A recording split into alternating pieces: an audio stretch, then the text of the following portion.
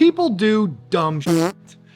Look around the internet. You'll see examples of people doing dumb shit everywhere. But what about us? Do fish keepers do dumb shit? Of course we do. In fact, here is our list of the dumb shit fish keepers do.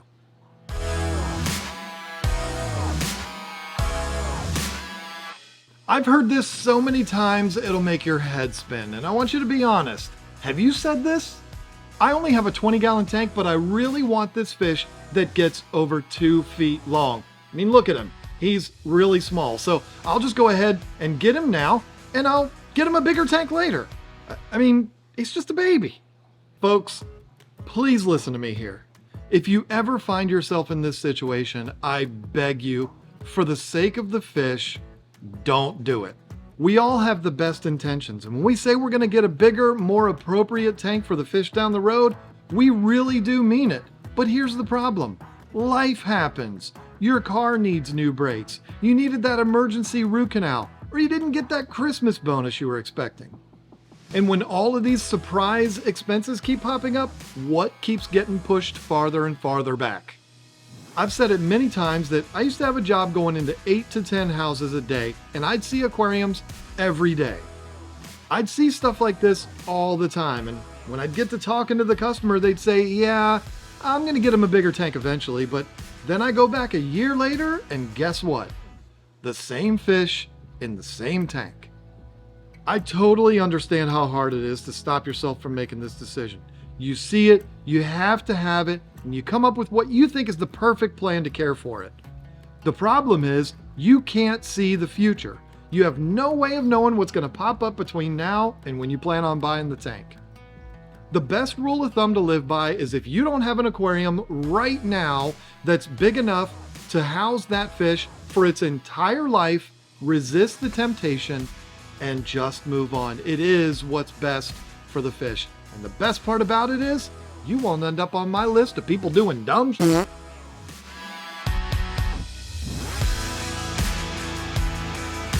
We live in a world where everybody lives their life in front of social media. We make decisions based on how we think other people will react to our life, and sometimes that can lead to a miserable life for animals. An example of this would be the person redecorating their living room, which they know others will see through social media, and they say, you know what would look really cool in the corner over there? A cute little aquarium with a blue background and cute little red fish.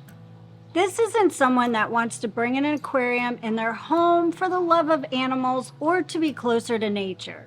They're doing it because it'll look pretty, and when people see it on social media, they'll think you're a good person who cares about animals. Or maybe it has nothing to do with social media, and you're just doing it for you. If you're someone that's never kept an aquarium, and while you're decorating, you have the idea to incorporate one into your room, I encourage you to take a step back and think about this. You're not simply adding a decoration to your room. You're adding something with living things in it that requires proper planning and maintenance for it to not only look good, but to also thrive. Just think of it like this. You're gonna set up that decoration in your living room, and it's gonna look amazing at first, but then after a little bit of time goes by, it's gonna look like poop. Would have been nice if you thought about that before you did it.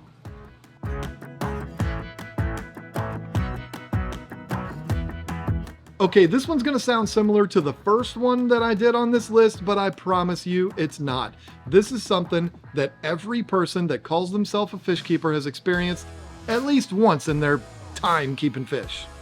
You're at the fish store not looking for anything in particular, and then you see it. A fish you've never seen before and know nothing about.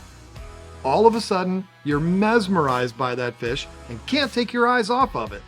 Everything else disappears, and all you can focus on is this new fish and how much you want it. Even the employee comes up to you and says, yeah, isn't that nice? This is it. This is the one. It's the most beautiful thing I've ever seen. Wrap it up. It is coming home with me. And once you get home and finally come to your senses, you might realize, oh, this was a huge mistake. You realize this because once you got home and did a quick search and found out this fish requires completely different water parameters than you have, or maybe it gets huge and it'll grow out of your tank eventually, or maybe it's a fish like we talked about a few weeks ago that's a murderer. If you didn't catch that video, I'll put a card up in the corner for it. You saw something shiny at the store and had to have it no matter what. You developed tunnel vision and bought a fish that for whatever reason you have no business owning. I've done this plenty of times, and yes, Lisa has done it too, even though I cautioned her not to do it. Lisa does what she wants. I've done this. I've made this mistake. I've realized the mistake, and believe me when I tell you, it's a horrible feeling. Trust me, when you make this mistake and all hell inevitably breaks loose in your aquarium and you realize, oh no, what have I done? It is a horrible guilt trip that sticks with you forever. And like I said, I speak from experience. Fight the temptation. Don't lose control of your impulses. Research the fish before you buying it. For God's sakes, don't buy a fish you know nothing about.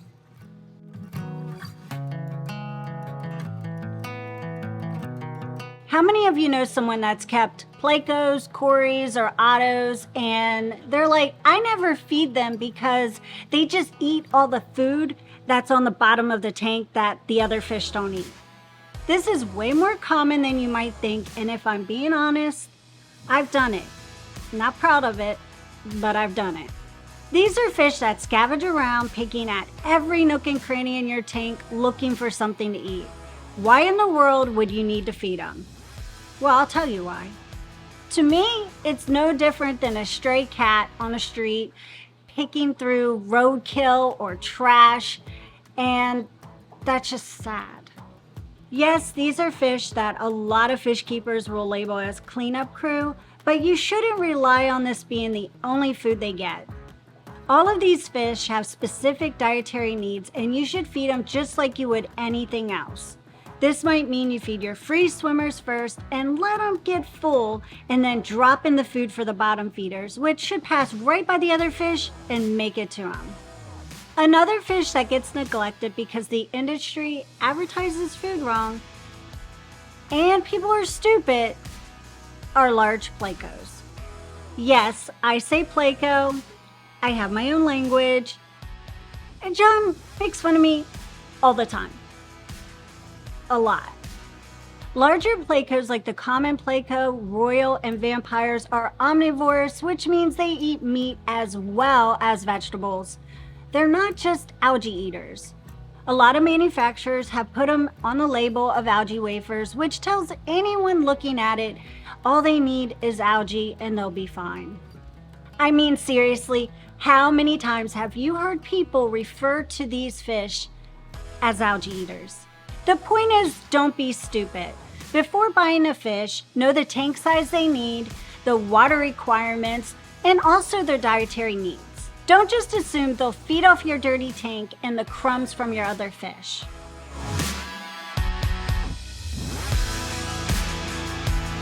Yes, this is a real thing, and it happens because of laziness, stupidity, and also stupidity. And because people are lazy and stupid. What do you do when, like an idiot, you bought a common Pleco for your 20-gallon aquarium because you needed an algae eater, and all of a sudden, this thing's freaking huge? Well, you do the right thing and get rid of it, right? Well, that's not so easy. You can try to take it to your local fish store, but some owners might have a problem taking them in because they're super hard to get rid of. But wait, this is a fish store. Shouldn't it be easy for them to get rid of? Well, yeah, but it's not, because most customers are like you and don't have a tank big enough to handle them. They weren't stupid and bought a fish thinking it's going to clean their aquarium for them. Well, that doesn't make sense. Aren't they found in rivers in the wild? Won't that be like sending them home? Well, yeah, if you live in Venezuela, but if you live in Cleveland or Minneapolis, absolutely not. You're taking them from a nice warm 80-degree box and throwing them in a river that's going to be 20 degrees. And that's not all. There's tons of stories out there of fish being dumped into rivers and waterways that completely destroy the ecosystem in those areas. And it's not just Plecos either. What do you think's going to happen if you throw a 2-foot-long alligator gar into a pond in Smallville, Kansas? If it doesn't freeze over, it's going to eat everything in there. Listen, just don't be stupid. If you lose control of your fish, it's your responsibility to find a good home for that fish. If you have a Rottweiler and it gets too big for your house, you're not going to just open the door and kick them out and say, go on, be free. You wouldn't do that because that'd be irresponsible and it would be mean. Well, you don't want to do that with your fish either.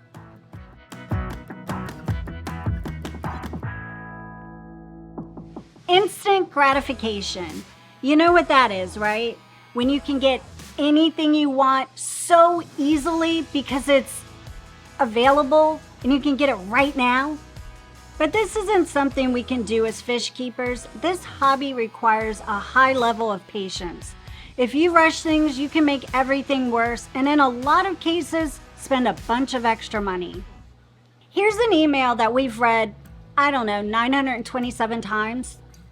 John and Lisa, I was having a problem with my ammonia in my 20 gallons, so I did a 500% water change. It went down for a bit, then it went back up, so I bought a FX6 to help keep things cleaner. But again, it came back after a week, so I did another 500% water change and thoroughly cleaned all of the sponges, replaced all the biomedia and added live bacteria. It seemed to get a little better, but still wasn't gone, so I added a circulation pump, did another water change, added prime and live bacteria, and the ammonia is still high. I don't know what else to do. Please help. Our response is the same thing every time. Slow down, stop freaking out, it's gonna be fine. We'll tell them if you had emailed us before you did all of this, we could have saved you hundreds of dollars and a ton of work. Stop messing with things. Treat the water with Primer Fritz Complete, do water-only water changes without vacuuming the substrate, and be patient. This is a completely foreign concept to people because they're like, I gotta do something. But sometimes this is what you have to do. You have to relax and let nature take its course. Nothing in the fish keeping hobby is instant. Things take time, whether it's fish breeding, plants growing, or the tank to cycle completely. Just be patient. I know it sucks because we're used to everything being instant, but you can't rush nature. Sorry.